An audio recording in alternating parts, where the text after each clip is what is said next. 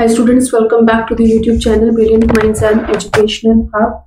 So today we are going to start with the topic the Salt March and the Civil Disobedience Movement.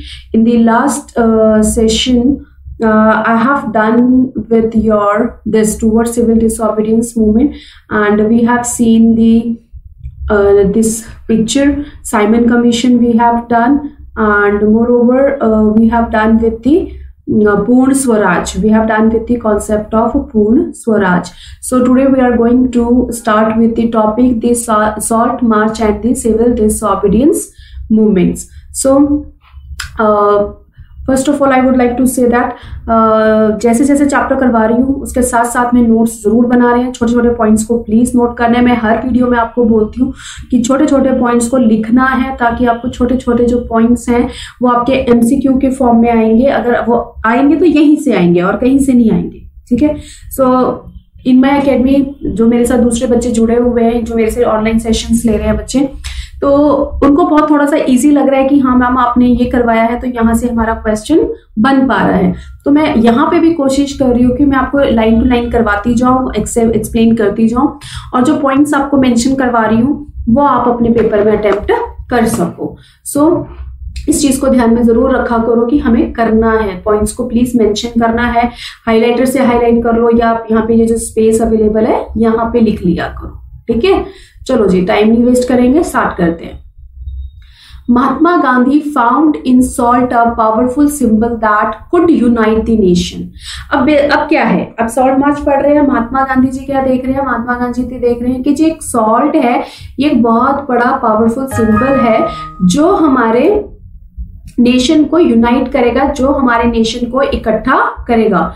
ठीक है. On 31st January 1930, he sent a letter to Viceroy Irving. देखो, एक तो यहाँ पे date note कर लो, और letter किसको भेजा है ये नोट कर लो. किसे भेजा है? वाइसरॉय आयरविन को, जिसमें उन्होंने 11 डिमांड्स के बारे में बात की है. Some of these were of general interest. कुछ तो जनरल इंटरेस्ट की बातें हैं आपकी. ठीक है. Others were specific demands. कुछ जनरल इंटरेस्ट, कुछ स्पेसिफिक डिमांड्स हैं डिफरेंट क्लासेस की. ठीक है. अब वो डिफरेंट क्लासेस क्या हैं आपकी? इंडस्ट्रियलिस्ट से लेके पीजेंट तक अलग अलग classes there. The idea was to make, idea क्या है इस डिमांड को बनाने का या इन डिमांड्स को रखने का, सो दैट ऑल क्लासेस, कहते हैं कि इंडियन सोसाइटी में हमारी जितनी भी क्लासेस हैं could identify with them and everyone could be brought together in a united campaign, कि वो आइडेंटिफाई करें और सब के सब एक यूनाइटेड कैंपेन के अंडर आ जाएं. ठीक है. सारे के सारे क्लासेस कवर हो जाए. The most tiring of all was the demand of to abolish the salt tax. अब ये देखो, सबसे गहरी डिमांड, सबसे अच्छी डिमांड जो सारे सोसाइटी को कवर कर रहा है वो है आपका to abolish the salt tax. Okay. Salt was something consumed by the rich. कहते हैं नमक एक ऐसी चीज है जिसको एक अमीर भी कंज्यूम कर रहा है, जिसको एक गरीब भी कंज्यूम कर रहा है. And it was one of the most, और कहते हैं हमारे खाने में डलने वाली ये एक सबसे जरूरी आइटम है, एसेंशियल आइटम है. The tax on salt and the government monopoly over its production. अब हुआ क्या था कि जो हमारी गवर्नमेंट थी, इंपेरियलिस्ट गवर्नमेंट थी, उसने क्या करा, नमक के ऊपर लगा दिया टैक्स. Government monopoly. कहते हैं कि सिर्फ प्रोडक्शन का काम कौन करेगा? गवर्नमेंट ही करेगी. Mahatma Gandhi declared reveal the most oppressive face. अब उनको लगा कि ये तो जो अंग्रेजों का शासन चल रहा है ये इसका सबसे ऑप्रेसिव फेस है, मतलब सबसे घिनौना चेहरा आप इसको बोल सकते हो, कि उन्होंने एक रोजमर्रा की चीज के ऊपर भी टैक्स लगा दिया. ठीक है. इतना समझ आ गया होगा आपको. चलो आगे चलते हैं. आगे क्या कह रहे हैं देखो. Mahatma Gandhi letter was in a way an ultimatum. कहते हैं कि महात्मा गांधी का जो लेटर है वो एक अल्टीमेटम था. इफ द डिमांड्स, कहते हैं कि अगर डिमांड्स पूरी नहीं होंगी 11 मार्च तक, द लेटर स्टेटेड, लेटर में लिखा गया Congress would launch civil disobedience campaign. यहाँ पे लिखो salt march dash civil disobedience campaign, इससे आपका सॉल्ट मार्च के साथ कौन सा कैंपेन शुरू हुआ है? Civil disobedience campaign. लेटर किसको गया था बताओ? लेटर किसको गया था? Viceroy Irwin. Irwin was unwilling to negotiate, but अब यहाँ पे आर्विन जी भी नाराज है। आर्विन जी कहते हैं कि मैं नेगोशिएट नहीं करूंगा। So Mahatma Gandhi started his famous salt march. So Mahatma Gandhi ji ने अपनी सॉल्ट मार्च शुरू करी 78 ट्रस्टेड वॉलंटियर्स के साथ। और ये जो मार्च थी कितनी लंबी थी? 240 माइल्स। ठीक है, लिख लो साइड पे। गांधी जी के आश्रम से शुरू हुई थी ये, साबरमती आश्रम से लेके गुजरात कोस्टल टाउन ऑफ डांडी। ये मैप बेस्ड क्वेश्चन भी है। ठीक है, डांडी के ऊपर बनता है। सॉल्ट लॉ कहाँ पे शुरू हुआ था, कहाँ पे खत्म हुआ था? ये शुरू हुआ था आपका साबरमती आश्रम गुजरात से, और खत्म कहाँ पे किया था इन्होंने? डांडी में। कितनी लंबी थी दूरी? कितनी थी? 240 माइल्स। लिख लिया करो, साइड पे लिखो। Volunteers walked for 24 days. Volunteers कितना चल रहे थे उस दिन? कितना चले थे? 24 डेज में उन्होंने इस मार्च को किया था। मीन्स 10 मील एक दिन में। Thousands came to hear Mahatma Gandhi wherever he stopped। बहुत जहां कहीं पे गांधी जी रुकते थे, बहुत सारे लोग उनसे मिलने आते थे। And he told them what he meant by Swaraj. अब यहाँ पे देखो दो काम हुए। एक तो उन्होंने सॉल्ट टैक्स के खिलाफ मार्च शुरू किया, दूसरा जहां जहां वो रुकते थे वो अपना स्वराज को प्रमोट करते थे।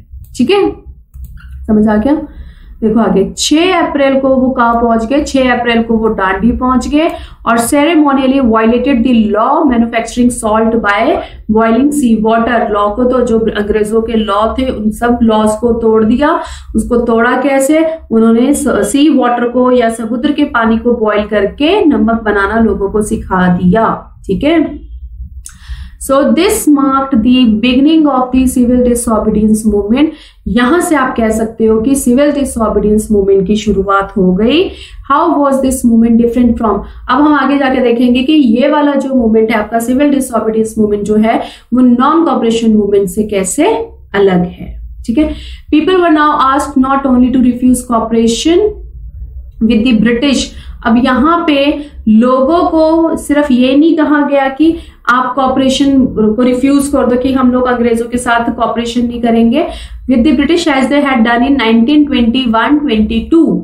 बट अब यहाँ पे ये भी बोला गया चलो हम लोग क्या करेंगे, यहाँ पे क्या बोला इन्होंने कि हम लोग रिफ्यूज तो करेंगे कॉपरेशन, बट हम साथ साथ में कॉलोनियल लॉज को भी तोड़ेंगे। 1000 इन डिफरेंट पार्ट्स, कहते हैं देश के अलग अलग हिस्सों में लोगों ने सॉल्ट लॉ को तोड़ा, मैन्युफैक्चर्ड सॉल्ट को बनाया and demonstrated in front of the government salt. और ये सारा काम कहाँ करते थे वो? गवर्नमेंट की सॉल्ट फैक्ट्रीज के सामने। आज द मूवमेंट स्प्रेड, अब मूवमेंट स्प्रेड हो रहा है आपका। Foreign cloth was boycotted, foreign कपड़े को बाइकॉट किया गया। अगेन लिक्वर शॉप्स वर पिकेटेड, उसके बाहर लिक्वर शॉप्स के बाहर धरना लगा दिया गया। पीजेंट रिफ्यूज टू, पीजेंट्स ने बोला कि हम लोग रेवेन्यू पे नहीं करेंगे, चौकीदारी टैक्सेस भी नहीं पे करेंगे। विलेज ऑफिशियल्स ने रिजाइन कर दिया। कई जगहों पे फॉरेस्ट लोगों ने फॉरेस्ट लॉज को तोड़ा। गोइंग इनटू रिजर्व फॉरेस्ट, जो रिजर्व फॉरेस्ट मतलब जो अंग्रेजों ने अपने लिए रखे थे वहां पे जाते थे। क्यों जाते थे? ताकि वो लकड़ियों को इकट्ठा कर सके और एनिमल्स को ग्रेज करवा सके। ठीक है, अब देखो डेवलपमेंट्स हो गई शुरू। अब ये सारी डेवलपमेंट्स ही तो हैं किसके? महात्मा गांधी के थ्रू करी हुई डेवलपमेंट्स है। तो कॉलोनियल गवर्नमेंट ने क्या किया बदले में? उन्होंने कांग्रेस लीडर्स को अरेस्ट करना शुरू किया, arresting the Congress leaders 1 by 1, जिसकी वजह से बहुत सारे क्लैशेस हो गए थे बहुत जगहों पर। व्हेन अब्दुल गफर खान कौन थे? खान अब्दुल गफर खान पूरा नाम है। डिवाउट डिसिपल्स, ये भी एक शिष्य थे आपके महात्मा गांधी जी के। इनको अरेस्ट किया गया था अप्रैल 1930 में। एंग्री क्राउड्स डेमोन्स्ट्रेटेड, वो पिशावर जो अब हमारा पाकिस्तान में है वहां पे गलियों में आ गए थे। ये देख लो यहाँ पे साइड पे। Facing armed cars and police firing, police वालों ने गोलियां चलानी शुरू कर दी, बहुत सारे लोग मारे गए।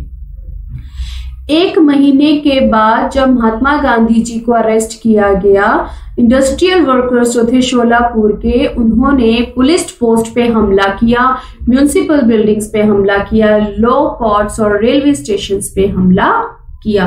ये देख लो इंडस्ट्रियल वर्कर्स कहाँ के थे, शोलापुर के।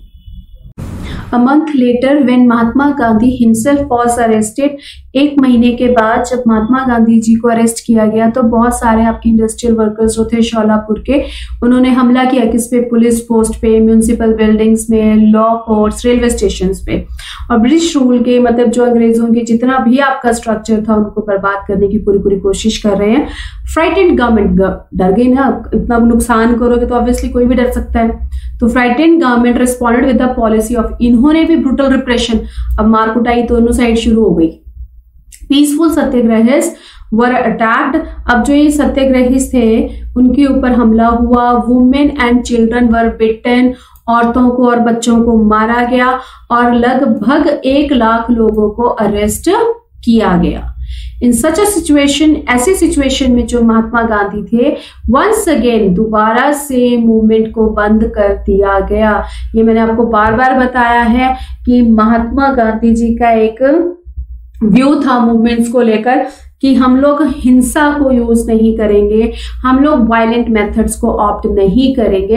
एंड जब जब किसी मूवमेंट में वायलेंट मेथड्स हुए, वायलेंस क्रिएट हुआ या वायलेंस की हैपनिंग्स हुई हैं, तब तब गांधी जी ने अपने सारे मूवमेंट्स को विड्रॉ करवाया। सेम यहां पर भी ऐसा हुआ। देखो क्या कहते हैं, Mahatma Gandhi once again decided to call off the movement and entered, अब उन्होंने एक पैक्ट साइन किया अरविंद के साथ। 5, ये लिख लो, गांधी अरविंद पैक्ट की डेट है ये 5 मार्च 1931, ठीक है। By this Gandhi Irwin pact, Gandhi ji consented to participate in a round table conference. अब एक मीटिंग होती है इस गांधी अरविंद पैक्ट में कि एक राउंड टेबल कॉन्फ्रेंस होती है।